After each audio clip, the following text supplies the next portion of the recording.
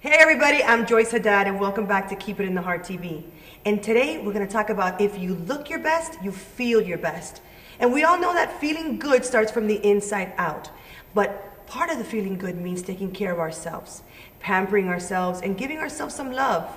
And it's not about overloading yourself with layers of makeup, but accentuating our beauty that already exists. And not hiding behind a mask. So don't be afraid to be without makeup. Be content with your beauty, your age, and age with grace, and love your body. And there's important things that you need to know to help yourself feel better. We all want to take care of our skin and make sure that we are properly moisturized and we're using the right products. And today, we have Patricia Achar, a special guest that I brought in because a lot of people have asked me, who does your makeup on your show? So she's here today to give us great tips and techniques on how we work together every week on our show. Hi Patricia, welcome to our show. Thank you for having me. I'm excited to be here. Thank you for being here. So give us a little bit of a tips on how you do my makeup that you can share with others and they can do at home. Well, first of all, I obviously have a very lovely model to start with, so she doesn't need much help. But I use basic techniques. Blending really well the makeup is very important.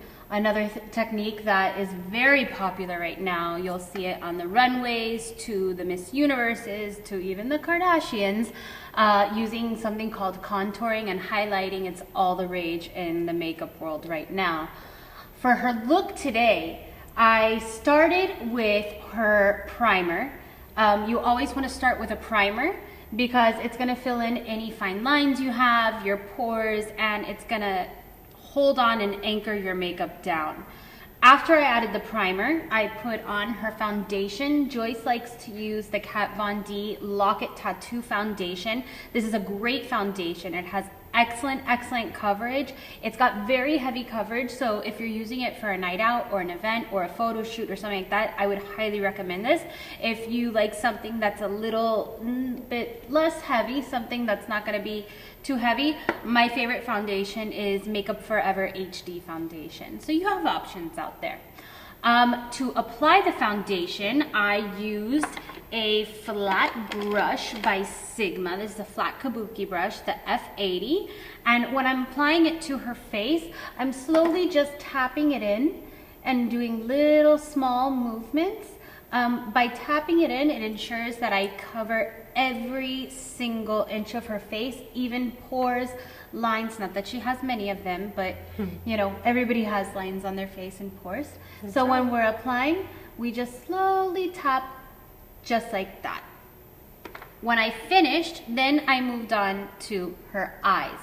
One of my favorite products of the moment that I've been using lately are these little stickers, I guess you could call them. They're called shadow shields.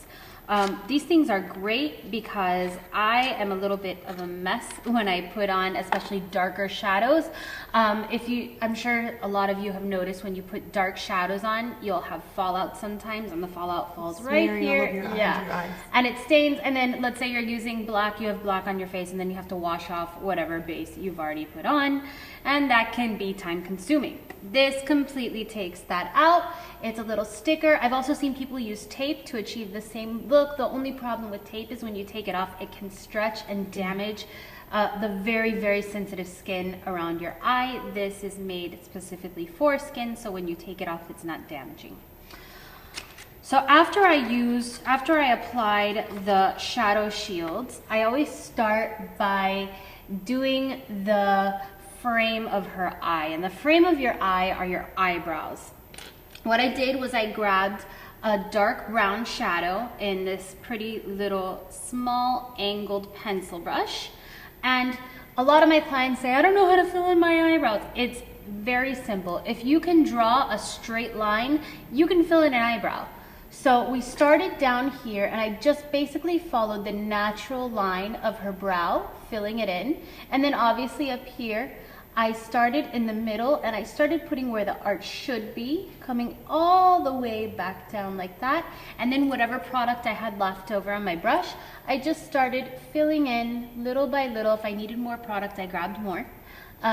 Filling in little by little until we had a cohesive look.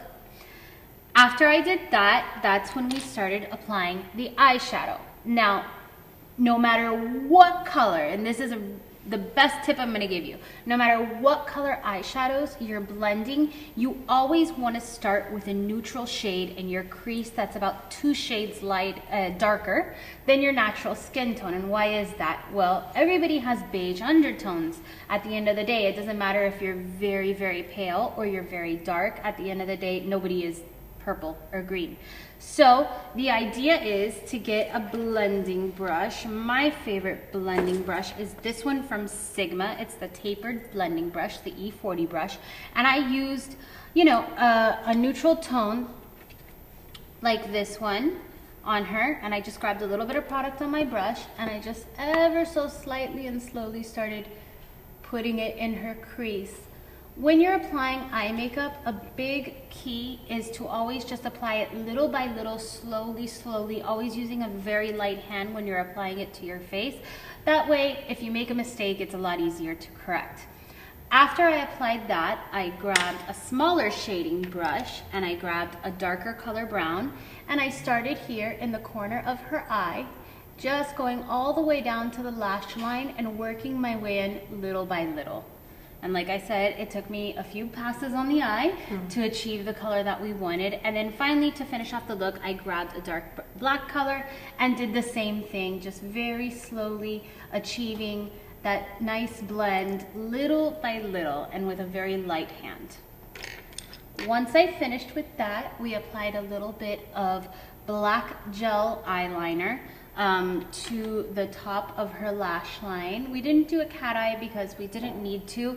The shadow shield really helps achieving that cat eye very sharp line that we have going on here. Another reason that I like the shadow shields, it gives a very clean cut look. Where can people buy the shadow shield? Shadow shield, I bought them on Amazon. I buy everything on Amazon. But yes, I bought them on Amazon. They were 2 packs and I believe they were $25 or $30. Awesome. And they come, I'm not sure, they come, it doesn't say. I think there's about 12, which means 24 per package. You get about 12 uses out of each package. So start talking to us about contouring and this, popularity of contour and how to do this. What's the right way or wrong way to do it? I mean, I would like to learn about that too. Well, contouring, like I said, is the hottest trend right now in makeup. Everyone is doing it. And why are people doing it? Because it makes your face look amazing. Is it true that it makes you lose weight or look, not makes you lose weight, obviously, but it makes you look thinner. It does, because you're adding shadow to your face to maybe take off a little bit of this or a little bit of that. Right. And you're also accentuating your face's natural features while illuminating your face. So the way that we achieve this look is one of my favorite products for contouring is the contour kit from Anastasia of Beverly Hills. I grabbed this small little blending brush, and if you can put your face this way, what you want to do is when doing the contour, you want to start at the top of the ear, right here where the ear goes, and figure out more or less to the corner of the cheek, and that is where you want to do your contour. So what we do is we grab this shade here, just a little bit, always very light-handed, and we start applying in little circles right there. Blending and blending and blending and slowly, slowly bringing it down. You don't want to do a whole line all the way down because that's not going to look good. So we're just blending, blending, blending until we finish. Make sure you go up into the hairline because if you stop here and you're white here, it's going to be noticeable. So always go up into the hairline. After we finish with both sides of the cheeks, then we're going to start on the forehead. If you have a large forehead, this is a great option for you. And if not, you don't have to go all the way up into the forehead. Where we start, again, we grab the same color and we start on the temples. Remember, always going up into the hairline. That way we don't see any imperfections. And we're just gonna come across her forehead like so, creating a shadow effect. Now, once we're done with that, we're gonna go underneath her chin to chisel out her jaw a little more. So I start here, going underneath the chin, move your face that way, and we're gonna go under, keep going under, and then we're gonna come up around the jawbone. And once you finish coming up around the jawbone and you apply the product all over the bottom of the chin, you're just slowly gonna blend everything because you don't wanna see any harsh lines. Everything needs to be blended and look natural. So we blend and we blend and we blend, and that's it. Once we're finished with that, then we apply the concealer. Now, this concealer is a really good one. This one's from NARS. It's the Radiant Creamy Concealer. I love it. It has a really creamy texture. It's great. And when you're using a concealer, especially when you're doing contouring and highlighting, you want to make sure you go one shade lighter than your natural skin tone. Why is that? We want to accentuate and make up like light is falling on your face. We want to create that illusion. So what we do is, if you'll look straight towards the camera, we'll come in from the corner of her eye down to here, back up the side of her cheek and across. So you're creating like a little triangle here with the concealer. Just, you can do, what I like to do is I do little lines coming down like that, kind of like little sunbeams. Do that on both sides. Then we're gonna come down the bridge of her nose and then up onto the forehead like a little, another burst of light like so. And after that, we're gonna put a little bit on the top of her lip, on the sides of, or on the corners of the mouth, and on the chin. Now, once you're done with that, you're gonna have a lot of concealer on your face and say, oh my God, I look crazy. Fear not. This is probably one of my favorite tools that I have. This is called the Beauty Blender. It's a favorite of a lot of top makeup artists and beauty bloggers out there, and it's a favorite of mine as well. This little guy does the work of like probably 5 or 6 brushes. So when we're done, when you get your Beauty Blender, I always wet my sponge first, squeeze out the excess water so it's easier to blend. And as you can see, it has the little corner here. And what we're gonna do is we're gonna come up and we're just slowly gonna blend it out. Just like so, tapping, blending. It's a regular makeup sponge. I'm sure many of you have used it before. And just ever so slightly blending with it. When you come to the nose, we're gonna blend up and away from between her eyebrows. And then here, we're gonna blend down into the lip. And the same for her chin, just blending it out, making sure everything looks very nice and blended, no harsh lines. The face needs to basically have all the colors melting together. Once we finish with contouring, we finish with blush. This blush is awesome. This is from NYX brand. I love NYX brand because it's an excellent quality makeup, and it's at a great price. It's very affordable. This one is called Ethereal. It's a nice little peachy color that has a little bit of shimmer, not too much. And when you're applying it, you just want to do small little circles on the cheek going up and away, just like that. So we finish with that.